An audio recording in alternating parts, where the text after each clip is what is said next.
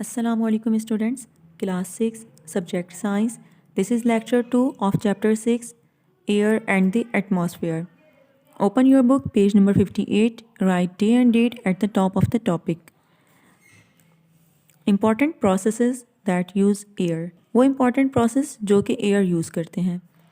Air is important in a number of natural and industrial processes.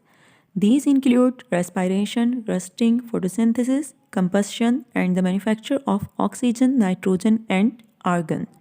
Air बहुत से natural और industrial processes में के लिए इम्पॉर्टेंट है. इसमें रेस्पायरेशन, रस्टिंग, फोटोसिंथेसिस, कंबस्शन और ऑक्सीजन, नाइट्रोजन और आर्गन गैसेस की मैन्युफैक्चरिंग में भी यूज़ होती है. First we will read respiration. ये वो पहला प्रोसेस है जिसमें एयर यूज़ होती है. Respiration is the process by which living things break down food and obtain the energy they need for living and growth. Animals and plants respire all the time, by night and day.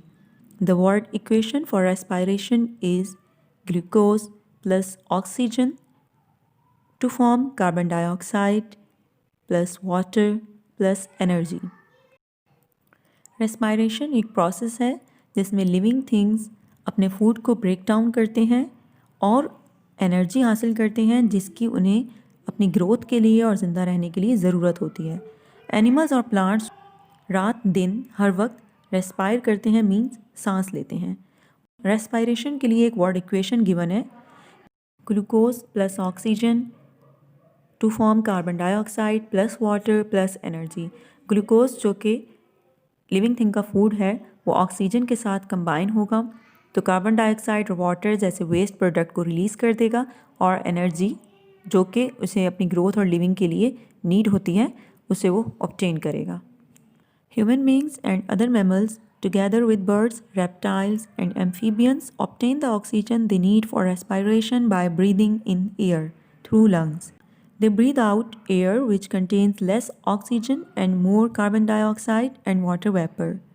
In the case of the air breathed out by human beings, this contained approximately 16% of oxygen and 4% of carbon dioxide, with more water vapor than was breathed in.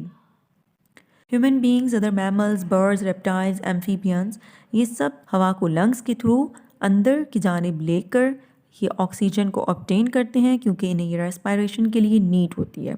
वो air breathe out करते हैं, means जब वो हवा को बाहर की जानिब खारिज करते हैं उसमें ऑक्सीजन कम मिकदार में होती है, कार्बन डाइऑक्साइड और वाटर वेपर ज़्यादा होते हैं. इन केस अगर ह्यूमन बींग जो है वो सांस बाहर की जानिब लेंगे तो वो तकरीबन 16% ऑक्सीजन कंटेन करते हैं और 4% कार्बन डाइऑक्साइड और ज़्यादा वाटर वेपर के साथ. Come to the next page number 59. Fish absorb oxygen from the water using their gills and release carbon dioxide back through their gills into the water. Plants breathe through the pores called stomata on the undersides of their leaves. Fish पानी से oxygen absorb करती है अपने gills के through. जिस तरह इंसान lungs के थ्रू सांस लेता है इसी तरीके से फ़िश जो है वो जो रेस्पायर कर रही है वो गिल्स के थ्रू जो है वो ऑक्सीजन को एब्जॉर्ब करती है और वापस जो है वो पानी में कार्बन डाइऑक्साइड को रिलीज़ करती है. प्लांट्स जो हैं वो पोर्स के थ्रू सांस लेते हैं और उन पोर्स को स्टोमेटा कहा जाता है जो कि उनकी लीव्स की नीचे की जानिब पाए जाते हैं. Here two pictures are given: composition of air inhaled by a person, composition of air exhaled by a person. So let's read the composition of air inhaled by a person. पर एक person जो कि air को inhale करता है उसकी composition given है. So let's read. Nitrogen 78% मौजूद होगी, inert gases 1% मौजूद होंगी, कार्बन डाइऑक्साइड 0.03% होगी, वाटर वेपर जो होंगी वेरिएबल एज यूजुअल, ऑक्सीजन जो है वो 21% होगी.